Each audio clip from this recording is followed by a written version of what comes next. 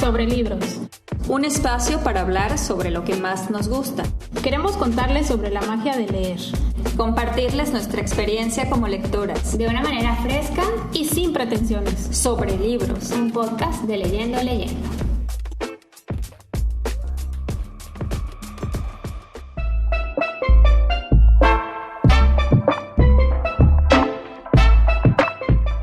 Hola a todos, ¿cómo están? Estamos en Sobre Libros, un podcast de Leyendo Leyendo. Yo soy Pamela. Hola, yo soy Doris, gracias por escucharnos.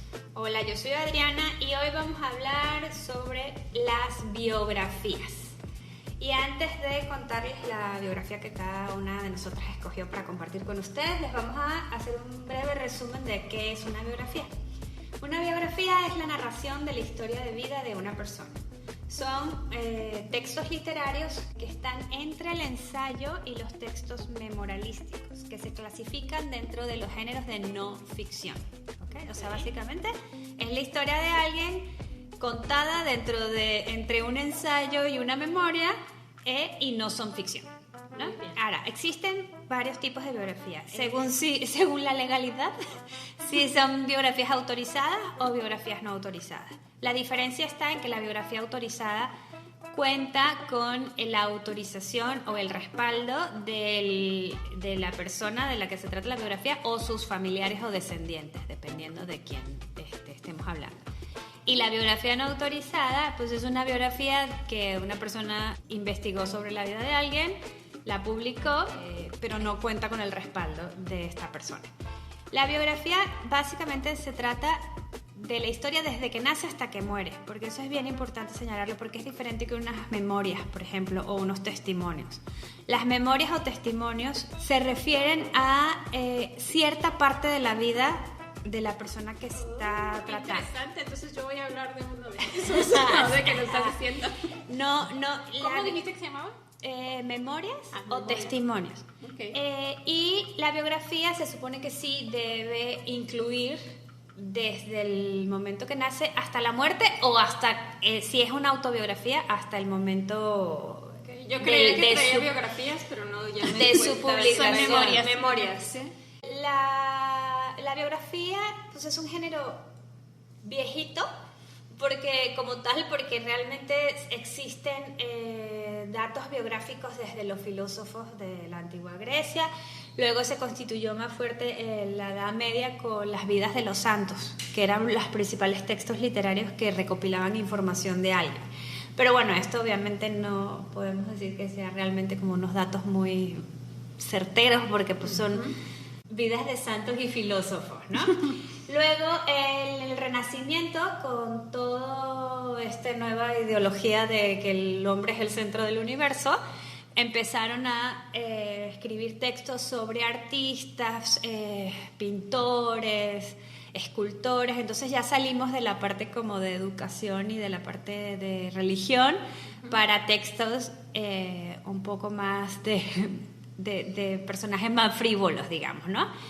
Y luego en el romanticismo, que es lo que sigue, estos textos de biografía se convirtieron en muy idealísticos, ¿no? Idealizaban mucho también al personaje porque, bueno, todo era... maravilloso. Sí, y todo era perfecto, ¿no? Luego ya llega el realismo y pues barre con todo y como que se constituye lo que ahora realmente conocemos como una biografía, que deben ser datos certeros, datos que se puedan comprobar y reales, exactamente. Bueno, ese es como el... y la otra importante es la diferencia entre la autobiografía y la biografía. La biografía, pues es alguien más cuenta la historia del biografiado, y la autobiografía es alguien que cuenta su propia historia, desde el momento de su nacimiento, ¿no? Hasta el momento actual, porque pues si lo está escribiendo es que está vivo, ¿verdad? Y esa autobiografía no es memoria. Podría ser memoria si solo cuenta una parte. O sea, si yo voy a contar mi experiencia en la guerra, por ejemplo, y solo voy a contar desde que me enlisté en el ejército hasta ahorita, es una memoria. Ajá. ¿Y si platicas desde que naciste hasta ahorita?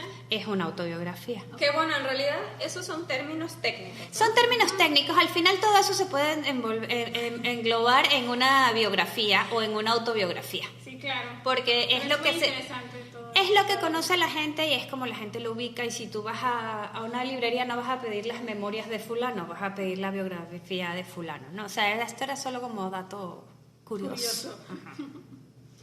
Muy bien, pues voy a empezar yo con el libro para este episodio de podcast. Yo elegí un libro de autobiografía llamado Instrumental, un libro que salió en el 2014, y el autor, que es James Rhodes. Este es un pianista, escritor y filántropo británico y español, que hace poco tuvo su ciudadanía española, que anda muy feliz por eso. Ya más adelante a lo mejor les platico un poquito más de esto, pero bueno. Este libro, Instrumental, llegó a mi vida por medio de un círculo de lectura. Lo propusieron y yo le tenía miedo. Yo dije, no lo voy a leer porque es un libro con temas muy fuertes como abuso a menores, y la verdad es que a mí no me gusta leer de esos temas. Luego tengo la fama de que me gusta leer cosas fuertes, pero no, hay como que temas para mí que no son como, no me gusta quedarme con sensaciones de feas. ¿No los disfrutas? No los disfruto, la verdad. Leer abusos, maltrato a menores, todo esto me causa mucho conflicto y pues no me gusta leerlo. Pero entonces, bueno, llega a mí el libro y les digo que no, pero después dije, bueno, le voy a dar una oportunidad, lo voy a empezar a leer porque es el libro de la vida de un músico. Entonces me empieza a hablar de música clásica de una forma que yo nunca en mi vida, pues ni siquiera lo había considerado. O sea, yo no sabía nada de música clásica. Y él me presenta los capítulos de este libro. Cada capítulo él lo inicia con una pequeña historia. Bueno, de entrada te dice una canción, que la canción va a tener que ver con el capítulo. Y te dice, puedes escuchar esta canción porque hay playlist y todo, ¿no? Para leer este capítulo. Y te platica la historia, una mini biografía, o sea, poquitos datos sobre el autor de la pieza. Y te cuenta datos curiosos de Beethoven, de autores que tú dices, bueno, son unas eminencias, pero resulta que todos estos autores tenían algo en común, que era que tenían problemas mentales, familiares, problemas extremos que de ahí tienen algo en común con el capítulo. Sí, pero en común con todos los músicos, que todos estaban medio locos. Que todos tenían problemas emocionales, mentales, bueno, la mayoría. Después llegué a la parte más, bueno, eso es casi al inicio. Llegué a la parte donde empiezan los abusos hacia él. Él es abusado a los 6 años. Son temas fuertes, de verdad. No lo podría recomendar a cualquiera este libro, pero sí creo que es un libro duro pero necesario de leer, porque son cosas reales, cosas que suceden. Entonces viene la parte de la música que me gustó mucho. La parte del abuso pues obviamente no es algo agradable, pero el autor te lleva con un humor negro sobre este tema que te hace que no... O sea, a veces sí quieres cerrar el libro de todo lo que dice, pero te hace sobrellevarlo con el humor negro que él te lo presenta. Otra de las cosas que admiré de este libro muchísimo fue la forma en la que él expresa las emociones. Yo les he dicho en varios episodios ya que a mí me gustan mucho las descripciones emocionales y de verdad creo que él logra de una forma maravillosa transmitir emociones. De mis favoritas es cómo él transmite el amor hacia su hijo. Él tiene un hijo y hay una frase que les quiero leer sobre su hijo para que vean cómo es que él transmite las emociones. Dice: mi hijo fue y es un milagro. No voy a experimentar nada en la vida que pueda equipararse a la incandescente bomba atómica de amor que estalló en mi interior cuando nació. No había entendido la palabra perfección hasta que lo tuve en brazos, ni tampoco comprendía del todo la idea de Dios. Si hay padres que están leyendo esto y que afirman que no creen en Dios, mienten, porque os prometo que cuando estás esperando en el hospital mientras tu mujer está en parto y los médicos y enfermeras van de un lado a otro, al tiempo que el olor del amoníaco se te mete en la nariz, solo te viene una idea a la cabeza: por favor, Dios, que nazca sano. Me da igual que no sea especialmente listo, deportista, guapo ni talentoso. Eso es parte de cómo él transmite el amor a su sentimiento. Sí, su sentimiento. Eso me encantó. Me encantó la forma en que él se expresa de su hijo en el libro. Otra cosa que me gustó del libro es que trata algo que yo pues no había como dimensionado, es que cuando las personas son abusadas, pues al final tienen problemas emocionales y mentales, que él te los describe en el libro. O sea, te habla de la salud mental de una forma que te hace reflexionar. O sea, te hace reflexionar sobre los problemas mentales que vivimos en esta época. A mí me hizo entender muchas actitudes de personas que yo tengo cercas, que tienen depresión, que sufren de ansiedad, que a lo mejor han pasado abusos. No sé, él por ejemplo dice, yo actuaba de esta forma, y entonces yo me puse a pensar y yo dije, ¿tiene sentido que tal persona que conozco a veces actúe de esta forma? Porque pues sí, sintió y vivió esto. La forma en la que habla sobre los trastornos mentales pues fue algo que se me quedó mucho del libro. Entonces, pues para mí fue un libro increíble, fue un gran descubrimiento. Agradecí muchísimo a la persona que lo propuso, porque fue un libro que me dejó mucho. Duro, muy duro, sí, no lo recomiendo para cualquiera. Si eres muy sensible, no lo leas, pero de verdad que aprendes. O sea, es un libro que para mí lo tuvo todo, porque aprendí cosas sobre la música clásica, me fui a buscar información, escuché música clásica, o sea, pasé todo el tiempo que estuve leyendo el libro, estuve escuchando música clásica, por horas estuve escuchando y pues nunca había sentido eso. Otra cosa que él hace también en el libro es que tiene habla acerca de la música clásica, de cómo ha sido como que lo han querido mantener solo para cierto tipo de gente, y él lucha porque no sea así, como que él dice, oye, es que la música clásica puede ser para cualquiera, ¿no? Como nosotras que queremos sí, que la lectura sea para cualquiera. Exacto, es que él dice, ¿por qué tienes que ir de smoking a un concierto de música clásica? Puedes ir en jeans y no pasa nada. De hecho, él rompió un estereotipo en sus conciertos, porque antes los conciertos, no sé si alguno ha ido a un concierto de música clásica, pero que no podías ni aplaudir ni nada. No es como cuando vas a escuchar a un cantante que aplaudes después de cada canción. No haces eso. Te quedas en silencio esperando que venga la nueva canción. Y él lo que hizo para romper esto, así como empieza el libro, cada capítulo, él dice que él así hace sus conciertos, él les platica, así como, ahorita les voy a tocar una canción de Beethoven y déjenme les platico que Beethoven ¿Qué instrumento toca? Es pianista. Es pianista. No sé por qué pensé que era director de orquesta. No, lo dije, pianista, escritor y filántropo. Perdón, no escuché esa parte. Español. ¿Y qué edad tiene? Tiene como 43 años, lo escribió cuando tenía 38 años. Muy joven. Sí, es muy, muy joven él. Y bueno, otra cosa, tengo muchas cosas que decir de este libro, pero otra cosa que me dejó este libro también fue que él desde niño le gustó la música clásica, pero él no estudió música clásica desde niño, porque muchas veces tenemos en la mente que para que un niño sea buen pianista tiene que empezar a los 3 años, y no. O sea, él empezó como a estudiar piano después de los 30 años. Pero se encerró y se puso a practicar y todo, aunque él siempre escuchó música clásica, que es algo muy importante. No es que de repente a los 30 llegó a la música al piano, sino él siempre escuchó música clásica.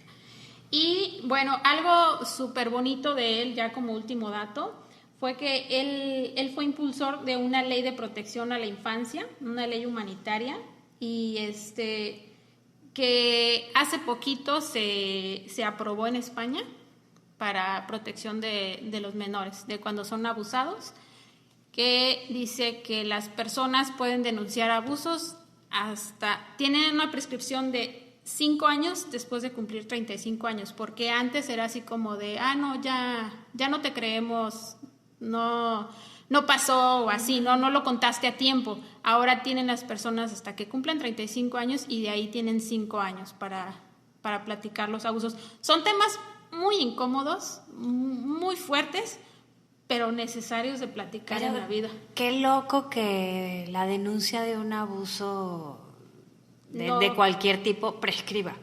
O sea, si yo me abusaron hace 40 años, yo no puedo decir ahorita, o sea, a lo mejor no vas a poder hacer a lo mejor esa persona ni está viva, pero tú puedes deberías poder hacer la denuncia cuando tú te sientas preparado para hacerlo, sí, ¿no? O sea, sí, creo sí. que es una locura. Qué bueno que están cambiando las leyes y que están dando espacio. Y él estaba espacio. súper activo en eso y él dice, si yo lo viví, yo espero que nadie más lo... Oye, ¿y sabes qué? Yo creo que leí una entrevista cuando publicó el libro que decía que, no sé si su ex esposa no quería que se publicara el libro. De hecho fue a juicio y todo porque no quería que... decía que iba a lastimar a su hijo. Sí, o de algo por el hecho estilo. pidieron que cambiaran los nombres en los libros de su esposa y de su hijo. No dejaron que los pusiera, pero al final él ganó el juicio para poder contar su historia.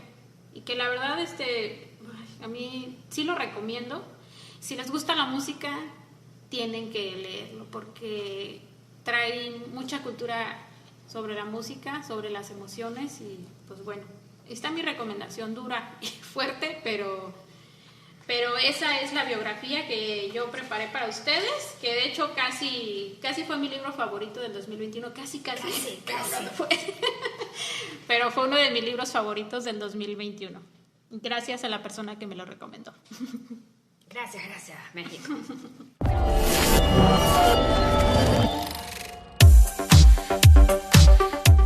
Bueno, sigo yo.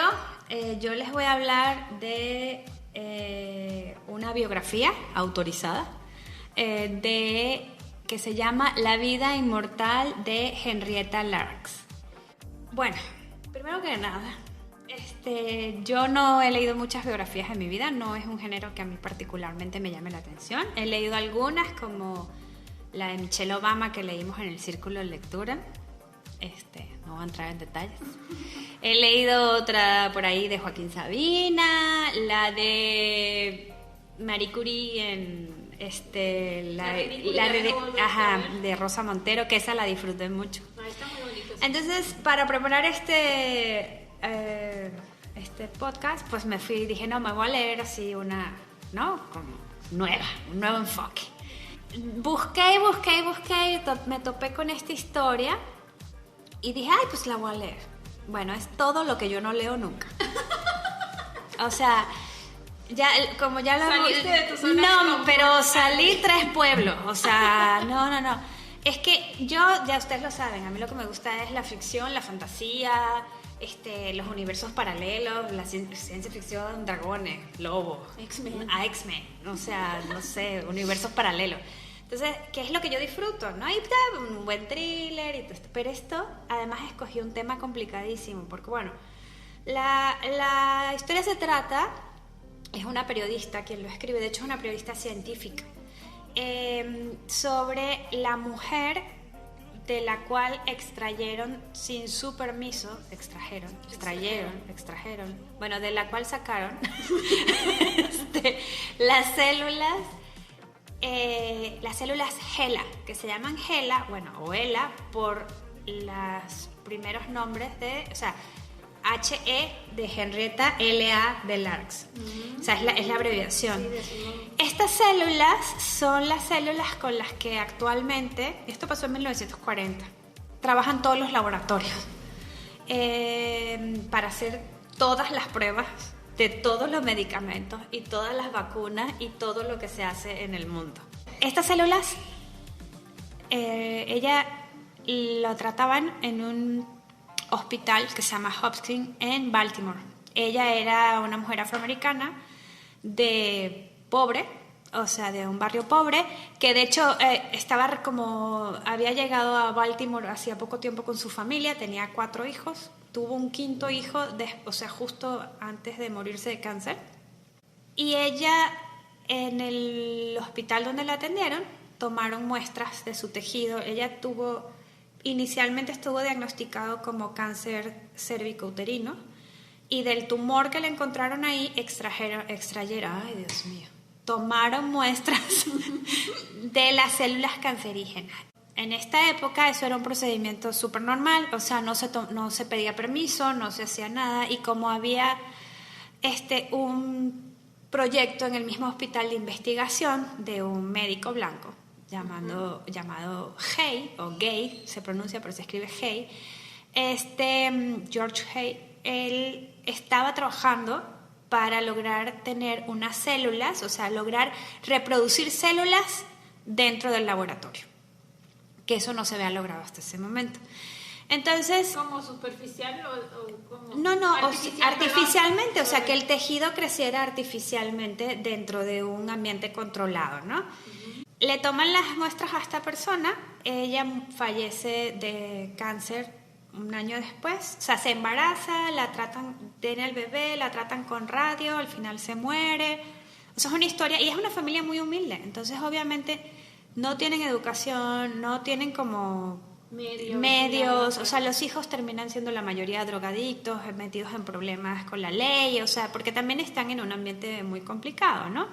Entonces te van contando en paralelo la historia de su vida, de dónde nació, en el pueblito tal, cuando se casó con el primo, cuando empezó a tener los hijos y luego se fueron a Baltimore, y en paralelo te van contando la investigación que está haciendo esta periodista sobre estas células, ¿no?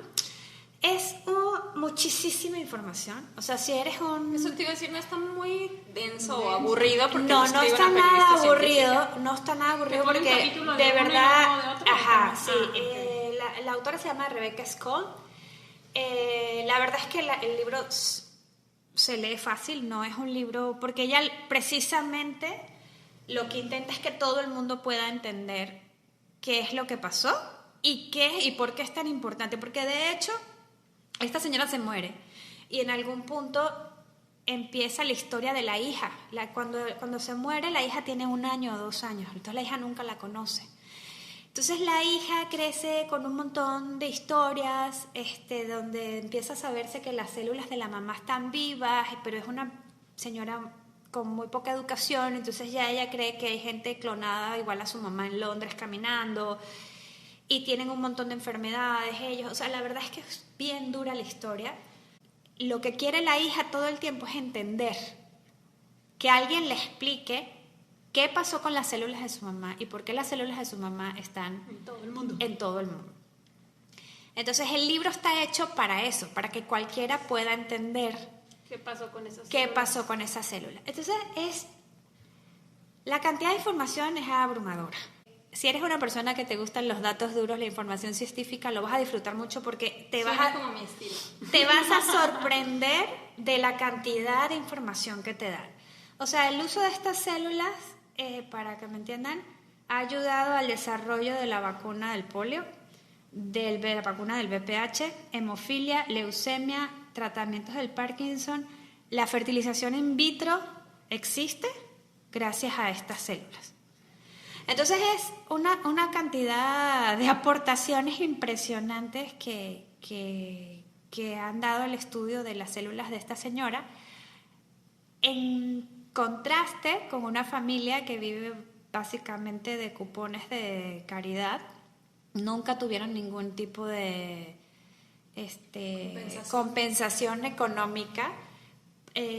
Porque para empezar se enteraron muchos años después, ¿no? Pero claro, en ese momento era muy común que la gente tomara tejidos porque no había ningún tipo de ley ni reglamentación alrededor de esto. No existían las líneas celulares, no existían los laboratorios que trabajaran con células, con clonación, con nada de eso. Entonces se fueron haciendo en el camino y mucho tiene que ver la lucha que hicieron algunos de sus familiares y en general como comunidad médica alrededor de esto, ¿no?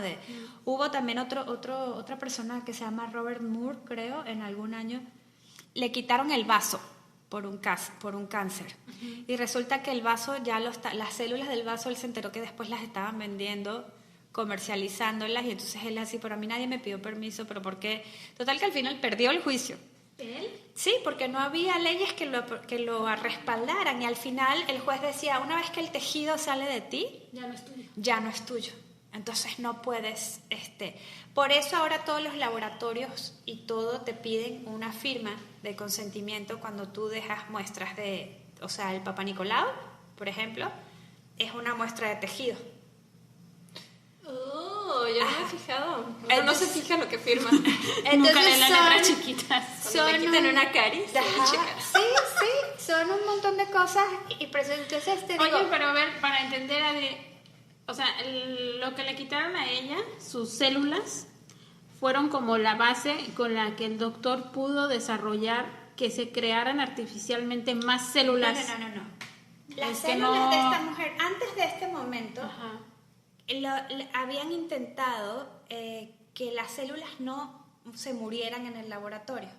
Pero las células sanas tienen un ciclo de vida de división. Para que las células se reproduzcan, se dividen.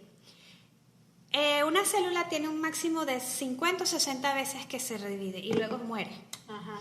Las células cancerígenas de este tumor en específico, que después se descubrió que era BPH y no no cervicouterino, son dos cosas. Es que los virus papiloma. Se siguieron reproduciendo. O sea, se reproducen solas en Por eso es que un tubo de ensayo, bajo ciertas, obviamente, condiciones. Por eso de hecho dicen... O sea, no es artificial, sino siguen existiendo. Siguen existiendo. Entonces, dicen que es impresionante porque si se estudia la cantidad de células ELA que hay actualmente en el mundo, debería dar como 10 vueltas a la Tierra la cantidad de células que hay. Que es por mucho más el peso de lo que tenía la mujer, que de donde salieron esas células hace casi un siglo. Entonces es impresionante la historia. Es un libro que sí recomiendo.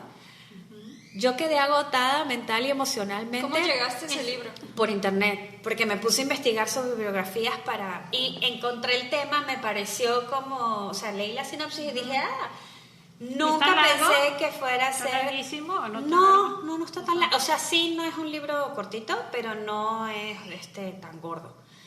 Pero, o sea, yo aprendí muchísimo y sí lo recomiendo, es un libro que recomiendo, pero es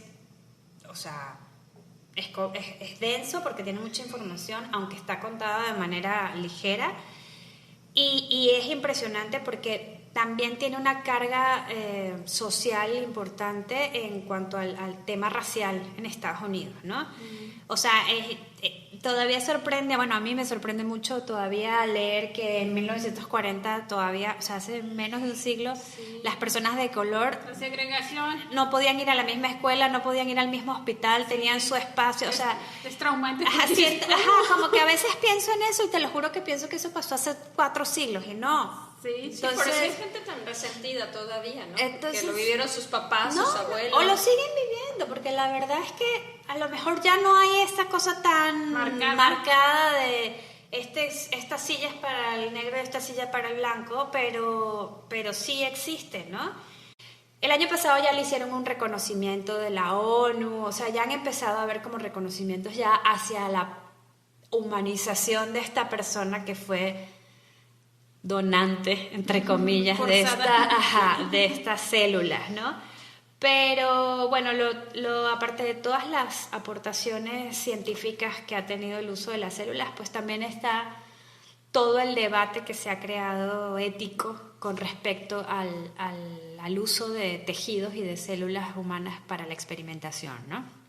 Entonces, creo que vale mucho la pena. Les quería compartir una cita rapidito, nada más hablando de lo de la segregación. Para dar un poco de contexto, esto es el desarrollo de la vacuna del polio, que también estaba liderizada por un grupo de profesionales de la medicina negros. Dice, un equipo de científicos negros, este es el titular del New York Times, un equipo de científicos negros desempeña un papel decisivo en la evaluación de la vacuna del Dr. Salks. Se cultivan células ELA. Ese es el titular. Los científicos y técnicos negros, muchos de ellos mujeres, utilizaron células de una mujer negra para ayudar a salvar la vida de millones de estadounidenses, en la mayoría de ellos blancos. Porque pues las vacunas... Es un reconocimiento, ¿no? Sí. A esa población pero no, discriminada. Lo que decía es que... Pero lo dicen así como... trabajaron con las células de una mujer negra un montón de científicos negros y al final la vacuna era para los blancos, porque la población negra siempre era la última que tenía la opción de vacunarse, no tenían la atención médica. Sí, por eso me parece que esa redacción es un reconocimiento al aporte y a la discriminación Sí, está muy interesante. Yo lo recomiendo. No es los libros que yo disfruto, o sea, sí, tal cual me sacó muchísimo de mi zona de confort, pero creo que es valiosísima la información que tiene. Dejó. Muy bien. Muchas gracias por compartirnos, Adri.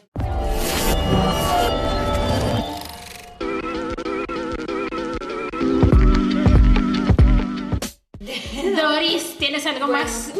Pues miren, yo les traigo motivador. un 3 en 1. menos Sí, intenso porque traigo Pamela y algo yo nos pusimos muy motivador y 3 en 1. ¿Por qué Órale. 3 en 1? Porque hay una razón. Traigo lo que yo creía que eran biografías y resulta que no son biografías. Open, Memorias, así se llama el libro y es acerca de la vida de Andre Agassi, el tenista más guapo de los 90s. Y Nunca Pares, y en el libro dice autobiografía del fundador de Nike, Phil Knight. ¿Por qué traigo un 3 en 1? Porque hay un término que se usa cuando se escriben estos libros, cuando el que hace su biografía no es un escritor profesional, que se llama escritor fantasma, ghostwriter, sombra, negro, le dicen de muchas maneras, ¿no? Entonces, el escritor fantasma de estos libros fue J.R. Moringer, que es un periodista que ganó el premio Pulitzer en el 2000 por la mejor crónica. El premio Pulitzer generalmente es un premio de periodismo. Y él escribió un libro que también es como una biografía, su autobiografía. Se llama El bar de las grandes esperanzas, o The Tender Bar en inglés. Y resulta que cuando Andre Agassi estaba leyendo esto en el 2006, dijo, pues me gusta cómo escribe, y platicó con él, y él armó su biografía. Entonces, estos libros tienen en común que él es el que está detrás de la estructura o de la forma de escribir, y son libros maravillosos. O sea, son libros que dejan una parte positiva, te dejan ver el lado humano de estas figuras, cada uno en ambientes muy diferentes. Andre Agassi en el deportivo y Phil Knight pues en el ambiente de los negocios. Pero la manera en la que él escribe es como rescatando los fracasos y las vulnerabilidades que construyen a cada personaje. Cuando leí el de Andre Agassi me encantó porque inicia de esta manera. Bueno, en el primer capítulo dice: juego al tenis para ganarme la vida, aunque odio el tenis. Lo detesto con una oscura y secreta pasión y siempre lo he detestado. Entonces tú dices, bueno, ¿cómo alguien que ha ganado grandes premios detesta el tenis? Y descubres a una persona como un poco atormentada por su papá. Él fue producto de su papá, de un entrenamiento como muy hostigoso. Y bueno, su papá estuvo siempre atrás tratando de construir a un campeón y finalmente lo logró, con muchos sacrificios por parte de su familia, pero lo logró. Y cuando leí la biografía de Phil Knight, también me gustó mucho que la sensación era como de que te hubiera revolcado una ola del mar del Pacífico y como que sales a tomar aire y luego otra vez, ¿no? O sea, de repente como que ahí iba haciéndola en sus negocios y lo revolcaba una ola y salía y subía un escalón. Y luego otra vez como que ya iba a fracasar y subía otro escalón. Entonces toda su historia es una historia como de mini fracasos que va superando para construir lo que ahora es Nike. La biografía de Phil Knight o las memorias inician en el 62, que es cuando él inicia con esta idea y con el proyecto en la universidad, y termina en 1980. Que es cuando Nike sale a la bolsa de valores. Y las memorias de Andre Agassi sí empiezan desde la historia de sus papás, principalmente de su papá, que es un inmigrante, y terminan cuando él se retira, que creo que es en el US Open del 2006. Así es que si quieren leer algo que les deje un mensaje positivo, motivador, pues, son muy buenas opciones. Un poco de motivación. Y como dato curioso, yo tengo muchas ganas de leer la del tenista.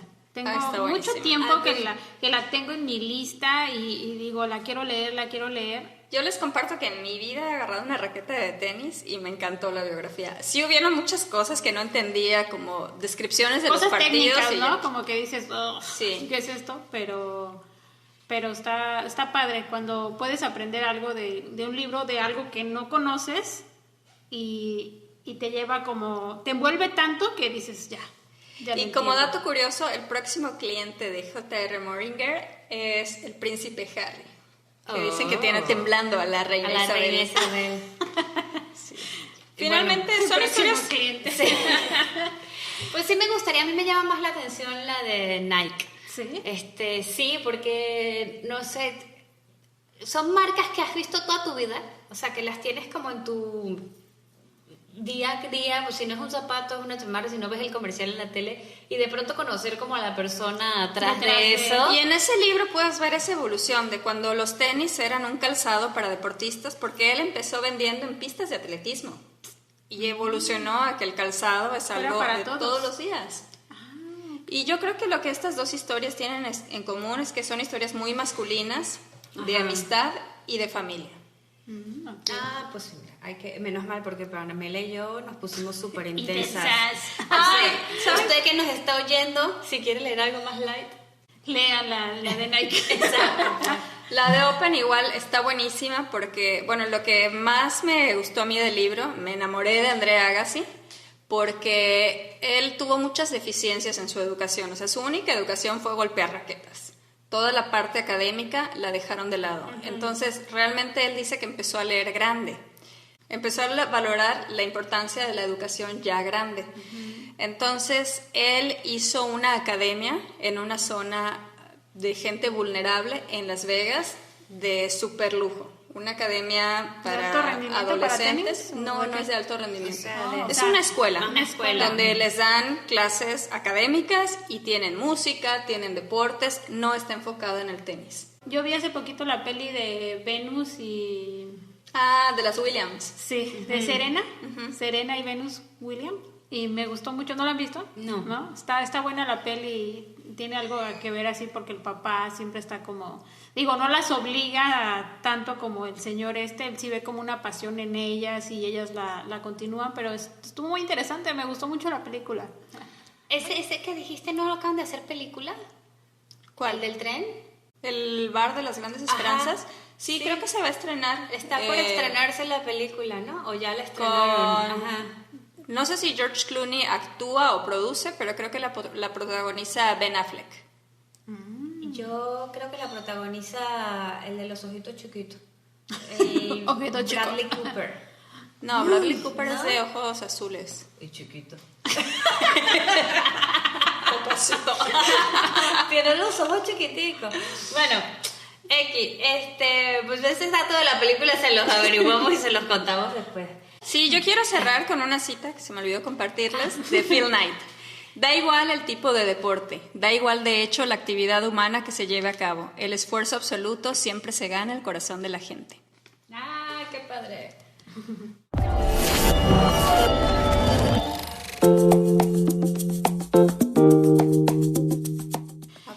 Bueno, entonces para resumir el capítulo de hoy les queremos contar que Pamela y yo nos pusimos un poco intensas. Ella nos compartió sobre Instrumental de James Rhodes y yo de La vida inmortal de Henrietta Lacks de Rebecca Scott. Y Doris nos vino a motivar hoy con Open y Nunca Pares de J.R. Moranhead. No los se encuentras pronuncia? así. Ok. O sea, investigando descubres y al final como que le dan el crédito, pero realmente Open es de Andre Agassi y Nunca Pares de Phil Knight. Bueno. Knight. Nike. Nike Pues es sí. la marca. Cierto. Este es Knight como caballero. Como caballero. Ok, Knight. Bueno, Knights. Entonces... Bueno, les recuerdo nuestras redes sociales, @leyendo_MX en Facebook, en Instagram estamos como @leyendo_. Correcto. Y pues muchas gracias a todos por escucharnos, gracias por compartir nuestro podcast, la verdad nos están ayudando mucho y muchas gracias porque hemos tenido apoyo muy bonito y comentarios muy bonitos. Gracias y nos escuchamos pronto. Nos vemos ahorita, todavía les vamos a contar que estamos leyendo.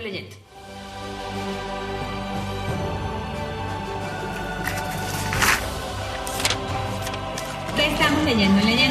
¿Qué estamos leyendo? ¿Qué estamos leyendo?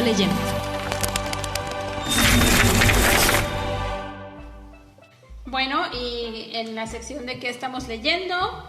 Yo acabo de terminar el libro que se llama Estado de Malestar, un libro que me recomendó Doris, de la escritora Nina Like, una autora noruega, que me gustó. Me gustó. Me gustó porque el nombre, Estado de Malestar, me gustó muchísimo que la autora me cumplió. El título dice Estado de Malestar y de verdad lo sentí todo el libro. Pero ¿sabes qué? Pero es un estado de juego de palabras. Sí. Porque es como la contraparte de lo que promueven en los países escandinavos, que es el estado del bienestar, que tanto nos han prometido acá. Sí, claro, exactamente. Pero a mí sentí que me cumplió porque yo sentí ese malestar de la protagonista todo el tiempo. Me ilustró muchísimo. Me gustó, no los voy a spoilear, pero me gustó el final, me gustó y estoy con un buen sabor de boca de ese libro, se los recomiendo. Muy bien. Yo estoy terminando un libro de cuentos que se llama Exhalación, de un autor chino-estadounidense que se llama Ted Chiang. Este libro lo empecé a leer hace un año, pero lo dejé, pero este año tuve como propósito de año nuevo leer cuentos, y este es un libro de cuentos y es un libro de ficción, creo que es un subgénero que se llama ficción especulativa, que sí habla como de muchas cosas futuras, androides y cosas como de realidad virtual, pero las aterriza con muchos sentimientos humanos. Entonces es un libro que puedo recomendar. Un libro muy sensible, con muchas reflexiones acerca de la condición humana. Exhalación, de Ted Chiang. Ganó un premio de ciencia ficción. No sé si un Nebula o un Hugo. Bueno, yo acabo de terminar hace unos días la trilogía de Nacidos en la Bruma, de Brandon Sanderson. Obviamente fantasía épica. Te vi que te fuiste como gorda en tobogán en enero. Fui así a leerlos todos. Qué padre. Sí, uno tras otro. Lo disfruté muchísimo porque lo encontré porque a mí me gustó mucho el Nombre del Viento y la segunda parte de Patrick Roth. Sí, de Patrick Roth. ¿El hombre sabio?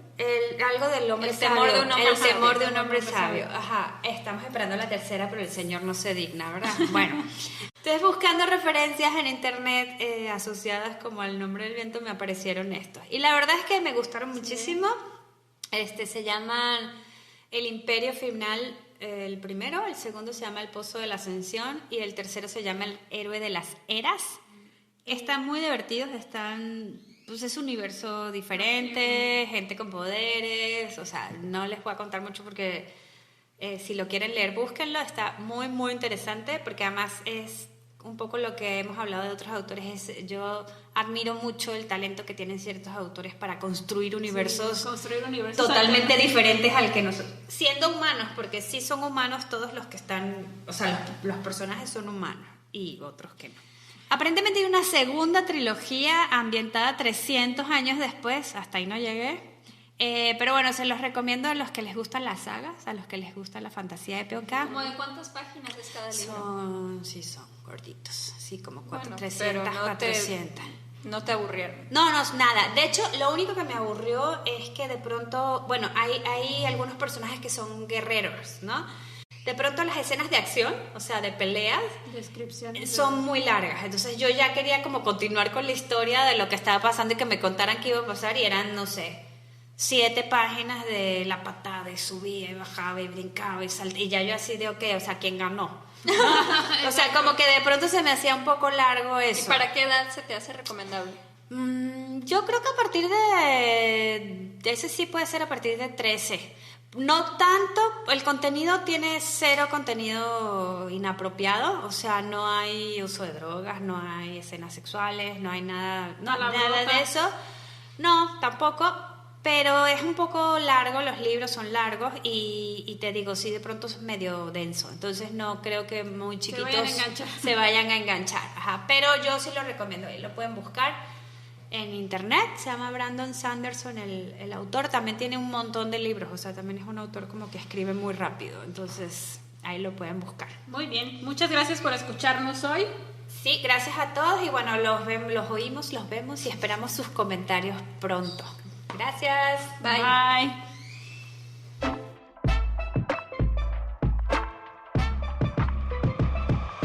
Sobre libros. Un espacio para hablar sobre lo que más nos gusta. Queremos contarles sobre la magia de leer. compartirles nuestra experiencia como lectoras, De una manera fresca, y sin pretensiones. sobre libros. un podcast de Leyendo.